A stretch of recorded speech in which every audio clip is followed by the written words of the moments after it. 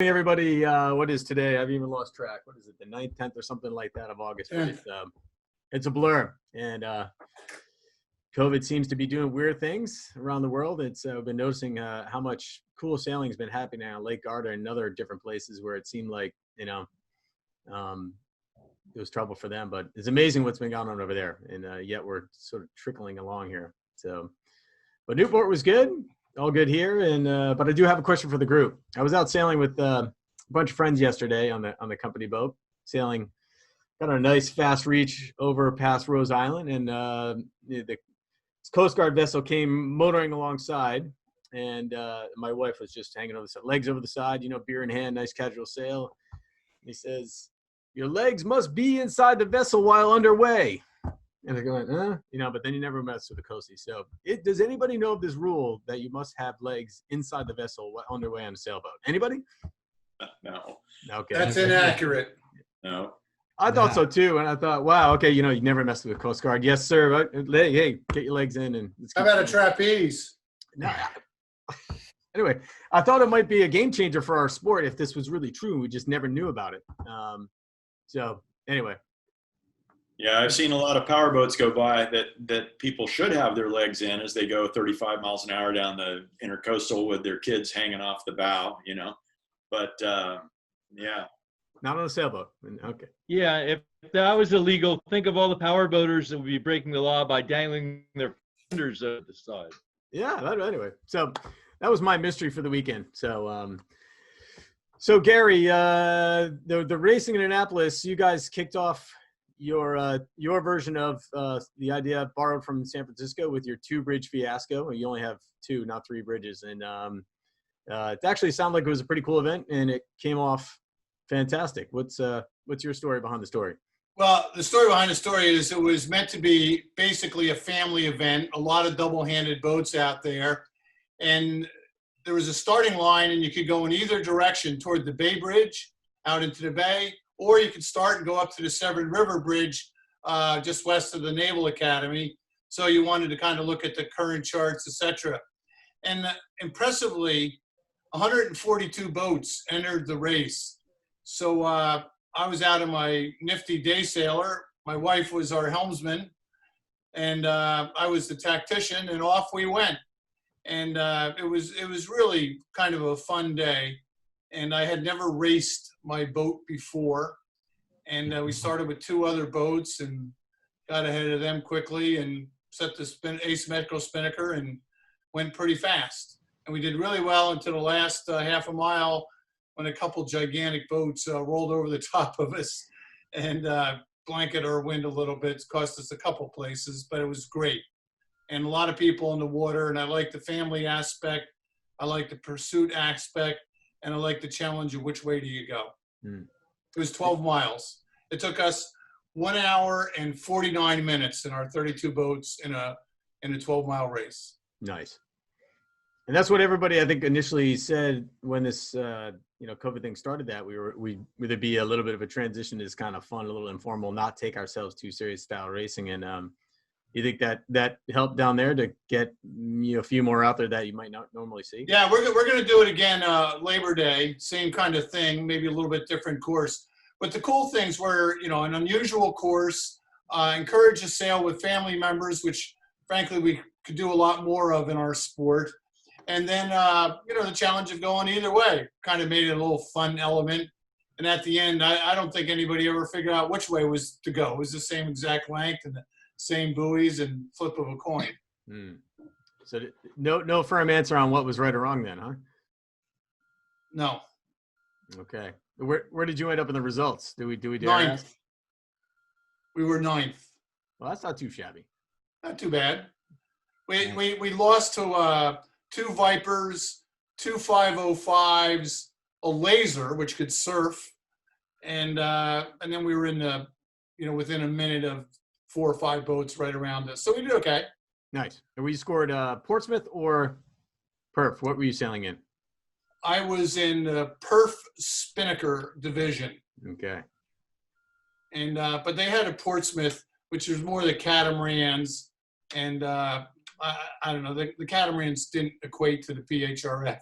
It's just, how you figure that out, I don't know. But if I remember the results, it was the catamaran that won. I can't remember the guy's name, but it also had Jan Tahansky, who's probably one of the great sailors of the area. Well, there's two things about the catamaran. First of all, before the race, he complained about his handicap rating, and then he cut the corner. There's a buoy that anybody with a keelboat had to round, so he went inside that and cut 0.7 of a mile off each way. So he sailed 1.4 miles less, won the race, and still complained about his rating. So luckily for him, there wasn't a cocktail party, because I'm not sure the red carpet would have been out. All right. Well, maybe we'll have to get him on the show next week and have him defend there you himself go. and find out what his story is. All right. Thanks, Gary. How about you, Peter? You're up in the Upper Lakes still, I imagine? Yeah, I'm back east again. I just sailed against Jonathan, and in 52s, we had a 5-boat fleet up in Little Traverse Bay across from Harbor Springs, the Bay Harbor Great Lakes 52 regatta. It was super fun, 3-day regatta. I have a picture if you want to see it. Yeah, man, bring it on. Let's see. Here we go. You got it there? Nice. I have it. All right. Yeah, there's drone full on Med Cup style coaching. We had Farley Fontenot as our coach. There's the 5 really pretty modern and well sorted out 52s. Sailing. They had drone marks. That yellow mark at the bottom of the screen is one of those new bot marks that Nick Baird is helping to sell, which that's one of the famous sons of Ed.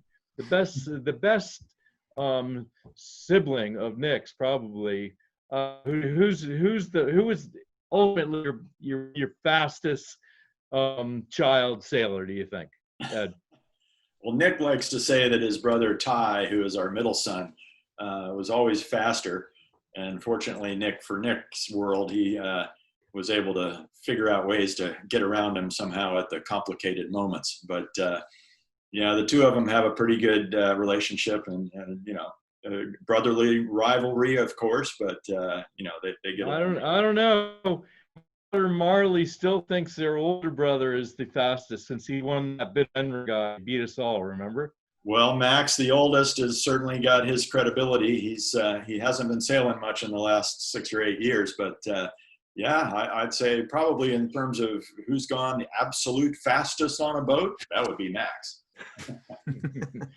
So we had, as you can see here, some kind of light to moderate sea breezes in the first day of racing, and really good tactical, like 1.2 mile legs. Like in the 52s, it was like a 13-minute beat, and like on the second day, they kind of delayed and sent us out right in the middle of the outflow of the squall, which we learned all about in class 3 of Marine Weather University. And it blew we saw 26 full, and as Ed knows, 52 and 26 knots is fully underwater.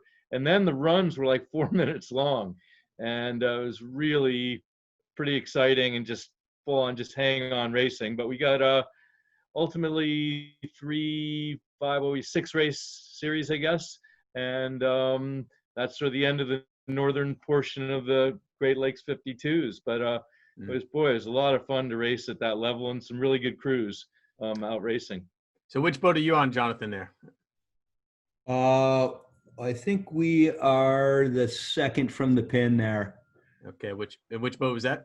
On the Natalie J. Natalie J, Sailing yeah. with Borgolari. So let's Yeah, I talk about want to these follow numbers. up on the Markset bot thing that Peter mentioned, because I think this could be a real positive innovation for our sport. Especially like here, it's quite deep water, and where I live, it's 600 feet deep water. So setting marks, and especially moving marks, has always been a real challenge and requires a lot of whalers and equipment and operators, and it's quite expensive. So these little automated marks, I was pretty impressed. I mean, they held station in 25 knots and 5-foot seas, and they were able to move the marks during the race without any intervention from any other boats. It's $7,500 is the retail price for one of these marks. So for a club to buy 3 of them it's not a crazy investment when you think about how much you'd be saving in other areas. And it just, we've all been talking about how do we simplify the structure of the race and make it less management intensive. I think this is part of the answer. How do you talk guys? I mean, how are they dealing with the saltwater issues in strong tidal locations? Or do you feel like they claim they can move at 4 knots. So they say they can handle like a couple knots of current and pretty strong wind. I think if it was really extreme conditions, maybe they wouldn't work, but how often is that? We're probably not racing then. Usually race committees have trouble in extreme conditions too. So yeah. It is a good idea. And certainly you can see that a few years down the road, as everything gets smoother and smaller and, easier to organize, that something like this would be a really good tool. Mm. So real quick, Pedro, looking at the numbers here, and you've got a fraction of a second remaining, but you're still a good boat length off the line. What's going on there? Are you guys pretty happy with these numbers you see on the screen? Well, that's when the navigator of the boat whose data that is hit the start button. So there's a little bit of operator error then. Yeah. It's not race committee time. But in fact, I don't know that anybody was over early all regatta. The one end of the line was an anchored buoy, permanent buoy that's out there all summer, like a hot dog, and the other was the bot, but seemed to stay within about 5 feet every time we repinged it. It hadn't moved much. So you got to give it, that little bit of what if the mark moves or the either end moves a little bit. I always go 5 seconds of boat length. So those sailing boat lengths, it looks like they're about the closest boats are a third to a half a boat length off. So they're maybe 1 second late. But everybody is. Yeah. I mean, it's how you are relative to everybody else too. That's cool. So real quick. So the key thing is look at the wind angle on our boat, which is we are up to windward of the boat with the flag mainsail, so up in there, and we are not on the wind yet. The rudders we're on the final launch, and in 10 knots of breeze, our target's probably 8.5 or so. So not only are we back a little bit, but we're not jumping off the line, and that's what we look for more than distance when we're analyzing stuff. Is what angle are you sailing and how fast are you going? Because that's, after the start, that's where all that comes clear and really who won this becomes apparent. Indeed. And how'd you guys do, Jonathan? How did we do? Well, we had some trouble. But following up on what Pedro was saying about the start, and I'm sure Ed would agree, our goal is always to be over target at the start. If there's a way that you can do it, if you can find enough space on the line that you can really do a proper ramp up, and even if you're off the line by a few meters, that speed is what translates into the competitive advantage a minute after the start. Would you agree, Ed? Yeah, I've always been frustrated by the picture of the start because it's the picture of the fleet 20 or 30 seconds later that is the thing that really tells how you're going to do in the race. Yeah. If you've had if you're right on the line, but you're not going well enough or you're too thin on the boat to lure it or you hit a bad wave right as you cross the line, those things all compound to pushing you back into the fleet, and then you have to tack away or eat dirt for a long time. And so, I always wish that as a coach and looking back at things, I would love to see the slingshot percentage or something along those lines of, how you determine where you're going to be 20 or 30 seconds up the racetrack, because that's the thing that makes the biggest difference. Yeah. Well, that's an interesting sort of addition to the argument that I think has been going around that Craig Lewick sparked in Scuttlebutt, and with the use of the GPS start devices. Maybe are we all just too focused on our time and distance, and not necessarily position after. Yeah, I thought you were going to bring up the nice start column that he did. Yeah, that's a good one. But I do think it's a legitimate argument for the smaller boats. Is it a good idea to have GPS starting assist or not? For example, on a boat like a J70. On the one hand, of course, everybody knows pretty much exactly where the starting line is. So is that a good thing or is that a bad thing? Is some of the art of starting taken away by the use of the GPS? We had a photo bomber there. Yeah, photo bomb. Yeah, there's the water skiers, Marley and Graham. They're heading to their next. What's the national championship you're going to race in? Hampton One Design Fleet is going to see that duo. Marley on the wire, Graham driving this weekend. Nice.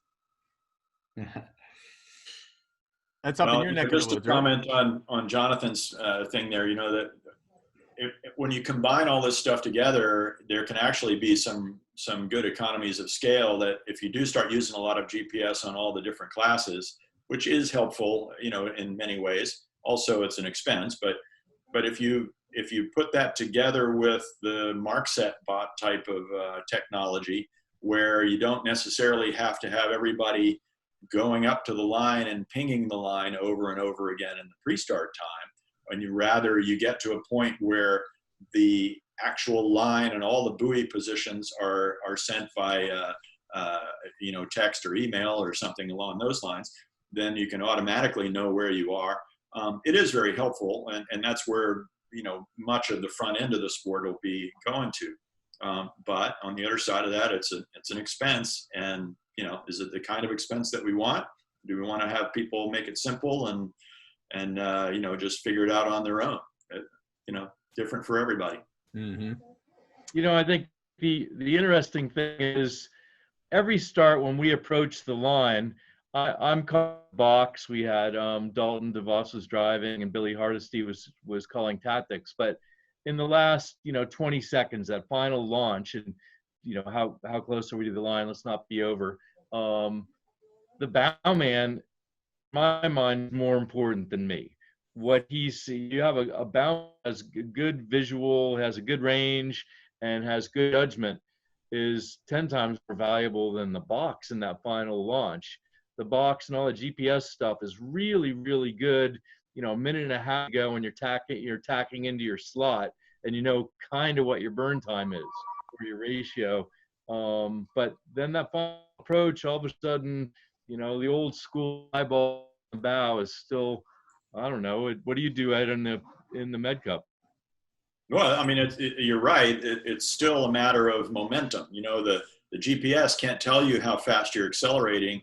It can only tell you what it knows has happened and where you are now. So, again, that slingshot type of a feeling that you're jumping off the line with better momentum than the boats around you, that's a call that's only done by talent and experience. So you got to have that.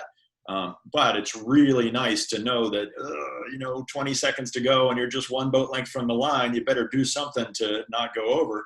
That's really helpful too. So all those things, play into it. And, we're just using the tools that we have. Yeah.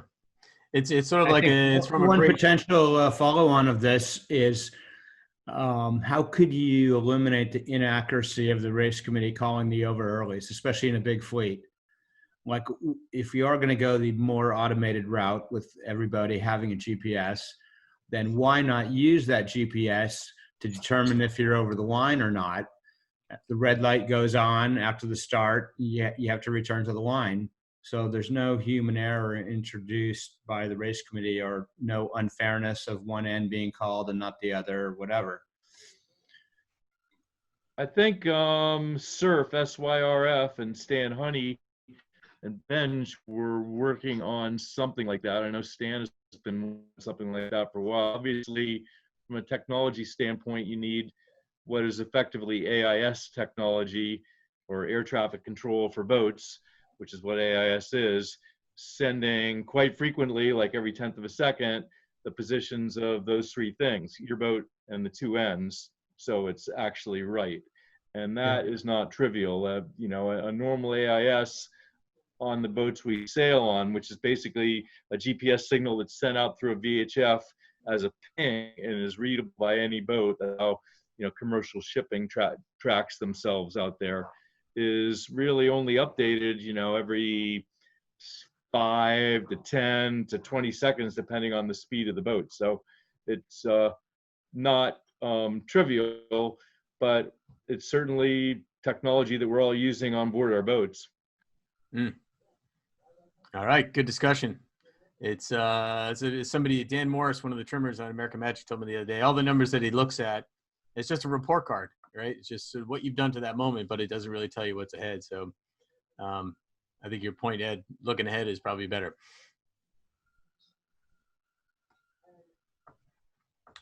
So speak of Ed, real quick, I'm going to get, you know, a round of applause. Anybody for Oh yeah, our latest America's Cup Hall of Fame guy? I'm not going to let you get away with this one. Yeah. Thank you Won very the much. America's Cup as a helmsman and as a coach. That's impressive. Well, and if I may add, did a little bit of time behind the camera on the other side of the lens, like Gary did over the years. And I'm very honored and very excited about this. It was totally unexpected. Gary called me to let me know, and I was just shocked. He said, "You've been elected," and all I could think of was, "Oh boy, what have I got to do now?" You know, and then he said to the America's Cup Hall of Fame. It was just amazing. Really, really a wonderful thing to be included. That's awesome. Well, it's been good to have you included in this group. We're sort of like, we're all humbled. And are you now maybe the first in the both Hall of Fames then, as we're going? I have no idea. Is that true? That can't be true. There's quite a long list. Yeah. Buddy. Ted Turner, Dennis Conner, Buddy Milgas. That's true. Yeah. List goes on. Well, Well, cool. So among the legends, I'm the best looking and the one that lives in Florida the most. So that's I got that going for me. So if you were to, given this, what's your best America's Cup sort of personal moment then? You know, when you reflect on it and prepare your acceptance speech to the hall. What can you think? Wow, it's been filled with so many great memories, and obviously winning the cup is very special. But I think I'd have to say that I probably learned the most in a combination of events. One, as a coach with Team New Zealand '95, I probably learned more there than many other places, just by being around all these incredible people that they had assembled at that time. And amazingly, doing the work with Peter Montgomery on camera for the feed, the post broadcast feed, as Peter has done and Gary's done and Jonathan a little bit as well. I was able to listen while the racing was happening to every team, and we could hear the interaction, hear the stress, hear the excitement, hear the magic moments that were happening by being there on the other side of the lens. And that was really helpful to my learning. I picked up a lot of confidence saying, "Oh, wow, is that really all those guys are thinking of?" Or, "Wow, I never thought of that. Listen to what they're talking about right here. Now I know to do that next time." And so it was really interesting, to be on that side of the camera. So, that was a great memory too. Cool. Yeah, I think one of the best from our side on the reporting side, the best thing that's happened was bringing the onboard audios like they did in San Fran. Not if you remember where, with the app, you could choose which boats you wanted to be, listening in on, and it was really cool. That added a lot to the game, I think. Yeah. Well, I got to say that, it's a great honor but boy, the team side of it is so huge. I mean, when we won with the Lingy, we had 130 something people on the team, and we couldn't have won if we had less. Some of those people weren't there. We wouldn't have won. You just had to have the full group. And it's so important on all these teams that everyone is capable and putting in their best to get the team forward. And, you got to say that You know, the 2 times that we won the cup, that was really going on. And, you know, the time that we broke our boat in half, what we missed there? Something, maybe we needed another person on the project, you know, back in 2000.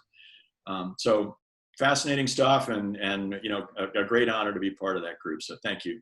Oh, cool. So when's the book coming out? Yeah. Well, I got a lot of support right here from my friends that know how to write really well. I could get started. Get started on that one. So let's sort of last bit on the cup, and since Taylor wasn't able to be here today, I maybe sort of get your thoughts, Ed, on the latest attempt by Stars and Stripes to, you know, try to get down there and get to the game with this move to arbitration and try to borrow the Kiwi boat for a little bit. Since denied, and had a quick conversation with Mike Buckley last week, who's pretty convinced that, you know, they can still physically get there in time. But, you know, here we are August 10th. I mean, in terms of real campaign, is it really, really feasible to pull this thing off in such a short amount of time? Yeah, you know, for me, the teams that are late to the game have always, you know, been high risk. They never have been successful.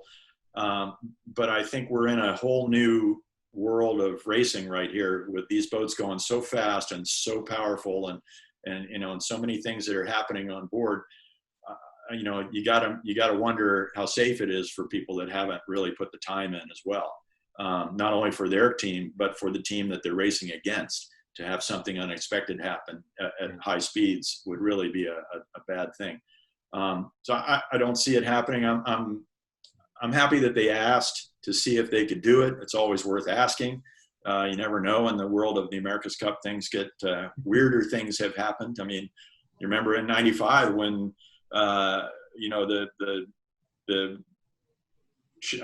Defender series, they thought it was over and came on shore and found out, oh no, a deal was made while you guys were all out racing that we're going to keep racing. And then when that Defender finally got picked, they changed to another Defender's boat at the last minute. So, I mean, all kinds of things have happened over the years, and you never know. That might have been one of the low ebbs of our sport. Pedro and I were calling the race that day, and we got the word, Pedro, like 10 minutes before the start or something. Yeah. But we also knew that the women on America Cube didn't know that this deal had been struck, that all of them were going to advance to the semifinal. It was not a good deal. Yeah, a 2-boat finals with 3 boats, and then the winner sails another boat. Yeah, you never know. But I think that, you know, the reality is, I think the right thing happened here. And, you know, Team New Zealand as a defender should hang on to their own stuff. They shouldn't be just, you know, able to throw it out there for challengers to use. Imagine getting beaten by your own boat. If that would be tough. Yeah, or imagine breaking your boat and not having another one to go back up with, you know. But yeah, I thought the best part of it was the arbitration panel pinging them all with the whatever you call it, the fine for the leak fine. You know, it's like, okay, if nobody wants to raise their hand, then fine, you're all getting $800 a piece, you know, so whatever it is. So yeah, it moves on. All right, well, okay, I'm not gonna let you go without a one design quiz here. Let's see. Okay. I'm gonna bring my experts in. Marley and Graham, come on. Okay. You gotta help with this. Okay. That's a Firefly. No, I gotta scroll down, I think. Okay. No, it's not a Varian. Yes. Varian. That was impressive. Still sailing world championships in Europe, and still popular over there. Quite amazing. Wow, that was a quick one. How did you know that, Jonathan? I have no idea. But interesting that the hard chine thing has been around for a heck of a long time.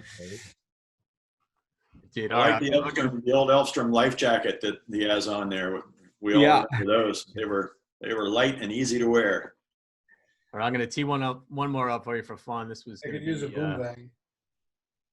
See if I can get this one. Can you see this next one? No, not yet. Yeah. All right, let me get back to stop share. Let's see. Hey, Graham. Hello. Hey, Marley. Hi. All right. Can you see this one here? Floor's 5. No, so and I intentionally blotted out what's on the bow, the name of the boat. Now this one I'll give you a hint, but actually I love his T-shirt. It's the 30-minute Muffler Yacht Club race team. Is that an OK dinghy? No, so this one was very popular in your home state, Ed. In fact, they were always, I think, that one of the bigger classes at the Red. Oh, is it a Chrysler product? It was built by Advanced something in Missouri originally. Wow. And it was designed by one guy named Clark Mills, who's in your Hall of Fame. Everybody know him. And Check out the Harkin Ratchet, though. Yeah, he's got some gear. There's a lot of bling on that boat. There you go. Zooming in there. So this was apparently a windmill hull with a cat rig called a US-1. Oh, yeah. Yeah. Right. Oh, I sailed against that in a one of a kind one year. There you go. Newport Beach. Yeah, it's been a while since I've seen Muffler those. yacht racing team. Apparently they were good on a reach and good run, but just an absolutely impossible to sail upwind and anything above 10. Kind of like in Hampton One Design Roads, right? There you go. All right, cool. Well, thanks everybody, and have fun. Good week ahead. Yep. Okay. Always a pleasure, gang. Thank you. Thanks a lot, Dave. Thanks, guys. See you soon. And congratulations again, Ed. Nicely done. Thank you. Thank you so much. All right. See you next week. Bye.